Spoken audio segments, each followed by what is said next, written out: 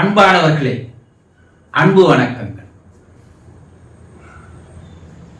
ஒரு அன்பர் ஒரு கேள்வி கேட்டிருக்கிறார். என்னுடைய தாயார் இறந்து 1 மாதமே ஆகிறது. அவளுடைய ஆன்மா என்னுடைய வீட்டில் தான் இருக்குமா?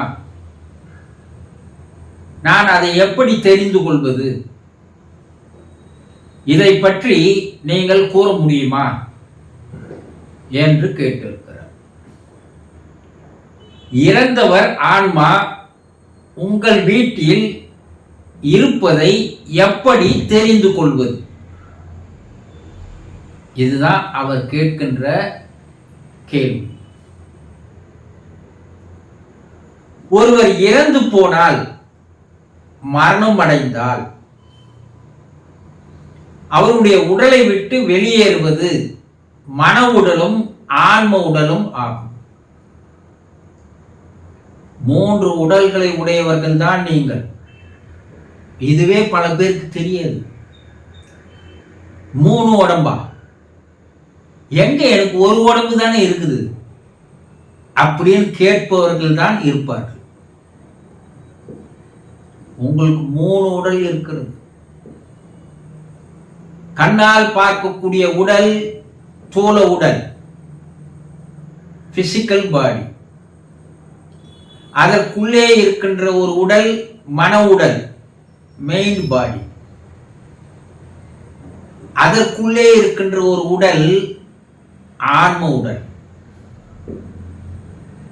இந்த 3 உடல்களை கொண்டுத்தான் ஒவ்வொருவரும் வாழ்ந்து வருகிறோம். இதுல தூள உடலானது வயதின் மூப்பின் காரணமாக தளர்ந்து போகும்போது, அது இனி எதற்கும் பயன்படாது என்று மனமும் உயிரும் நினைக்கும் போது, இந்த உடலை வச்சுன்னு இனிமேல் நாம் வாழ முடியாது என்று உயிர் நினைத்து விட்டாலும் மனம் நினைத்து விட்டாலும் அந்த தூள உடலை விட்டு வெளியேறுகிறது பார். அதற்கு பெயர் தான் இறப்பு, மரணம், சாவு, டெத் என்று நாம் கூறுவோம். வேற ஒண்ணுமே இல்லை. இந்த மன உடலும் ஆன்ம உடலும், இந்த ஆன்ம உடலை தான் நீங்க என்ன சொல்றீங்க? ஆன்மா, ஆத்மா, ஆவி, ஜீவன், உயிர் என பல பேர் வைத்து அழைக்கிறோம் இல்லையா? இவை இரண்டும் ஒரு நாணயத்தின் 2 பக்கங்கள் போல.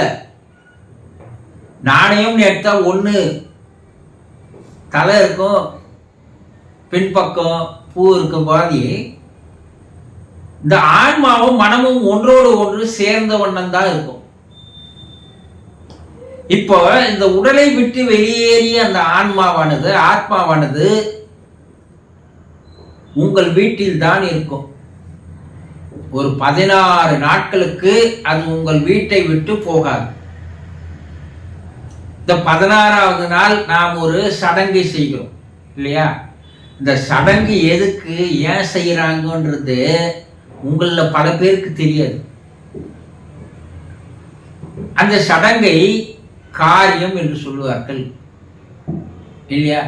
அப்ப அந்த ஆன்மாவை மேல் உலகம் அனுப்புவதற்கு உண்டான ஒரு ப்ரொசீஜர் தான், ஒரு செயல்முறை தான் அந்த சடங்கு.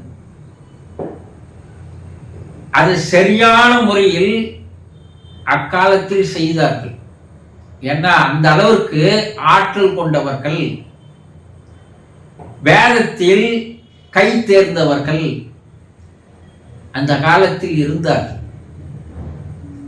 அவர்களுடைய அந்த வேத ஒளி, மந்திர ஒளிகளுக்கு அந்த ஆன்மாவானது கட்டுப்பட்டு மேலே போய்விடும். இப்ப இந்த காலத்துல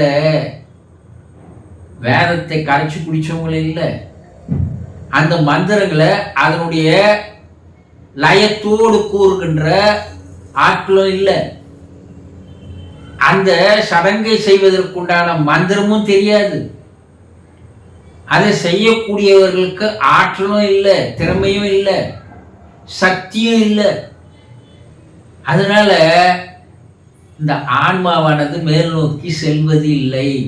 இதுதான் உண்மை.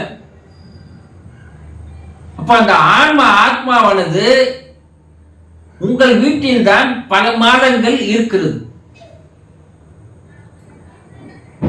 அதுவாக விருப்பப்பட்டு மேலே போகின்ற காலம் வரைக்கும் அந்த ஆன்மா அங்கதான் இருக்கும். அப்ப அதை நாங்க எப்படி தெரிஞ்சுக்கிறது?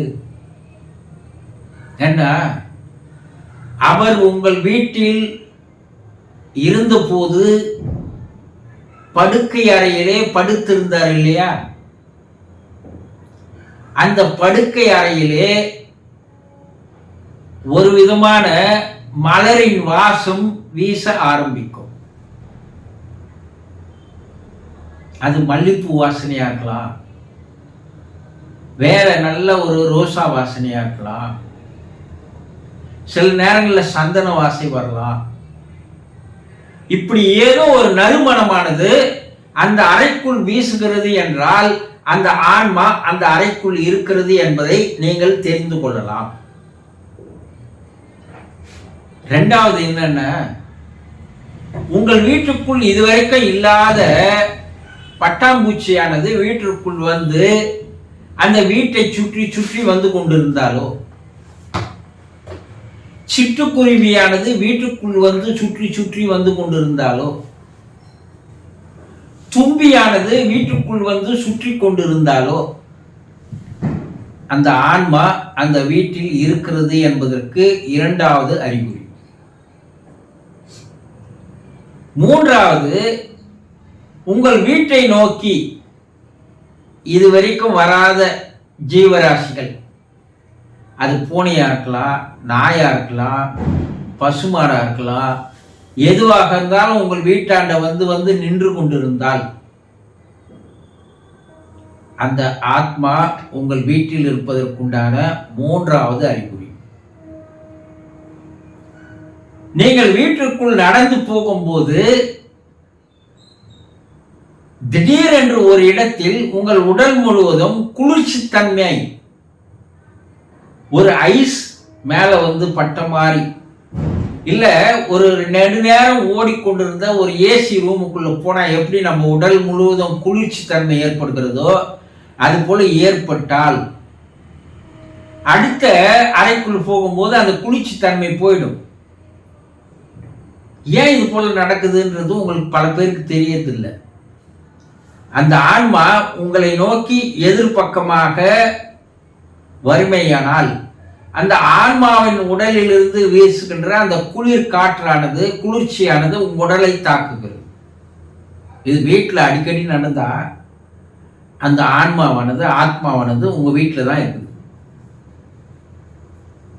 யாரோ ஒருவர் அவருடைய குரல், இறந்து போனவருடைய குரல் உங்களுக்கு மட்டும் கேட்பதாக இருந்தால், உங்கள் பேரை சொல்லி கூப்பிடுற மாதிரி இருக்குது, திரும்பி பார்த்தா யாரும் ஆள் இல்லை. இது அடிக்கடி நடக்குதுங்க.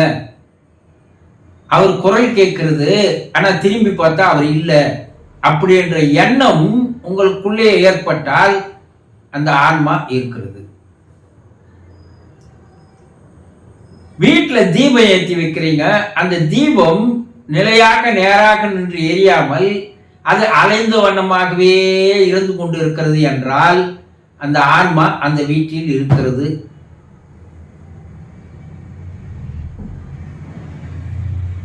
இந்த மலரின் வாசனை, இந்த நறுமண வாசனை, இந்த சிறு ஜீவராசிகள் வீட்டிற்குள் சுற்றி கொண்டிருத்தல், அல்லது ஜீவன்கள் வீட்டிற்கு வெளியே வந்து நின்று கொண்டிருத்தல், அல்லது உங்களுக்குள் கேட்கின்ற குரல் இருக்கிறது, உங்களுக்கு மட்டும் கேட்குது அப்படி என்றாலோ அந்த ஆன்மாவானது அந்த வீட்டில் இருக்கிறது.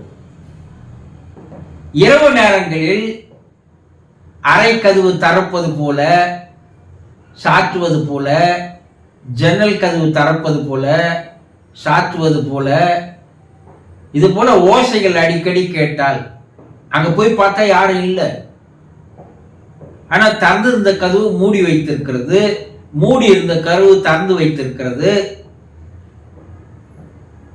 அப்ப அந்த ஆன்மா இருக்கிறது. நீங்கள் ஒரு பொருளை ஒரு இடத்தில் வைக்கிறீர்கள், அந்த பொருள் அடுத்த சில நிமிடங்களில் வேறு இடத்தில் அது இருக்கிறது. நம்ம அங்கதானே வச்சோம், இது எப்படி இங்க வந்தது? இந்த நடவடிக்கைகள் அடிக்கடி நடந்தால் அந்த ஆன்மா உங்கள் வீட்டில் இருக்கிறது. அவர் உபயோகித்த பொருள்களை நீங்கள் வேற எங்கன்னா எடுத்து வச்சீங்கன்னா மறுபடியும் அதே இடத்துல அந்த பொருள் இருந்ததுன்னா அப்ப அந்த ஆன்மா அந்த பொருளை எடுத்து அதே இடத்தில் வைக்கிறது.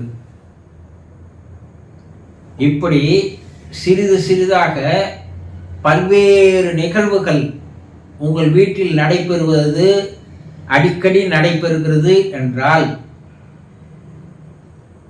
அந்த ஆன்மா உங்கள் வீட்டில் தான் இருக்கிறது என்பதற்கு நிறைய காரணங்களை கூற முடியும். ஆனால் இது சில முக்கியமான காரணங்கள் இந்த காரணங்கள் ஆகும். ஆக இதெல்லாம் உங்களுக்கு நடந்தால் அந்த ஆத்மா உங்கள் வீட்டை விட்டு போகவில்லை, உங்கள் வீட்டில் தான் இருக்கிறது என்பதை நீங்கள் சரியாக தெரிந்து கொள்ளுங்கள். தெரிந்து கொண்டீர்களா? சந்தோஷம்.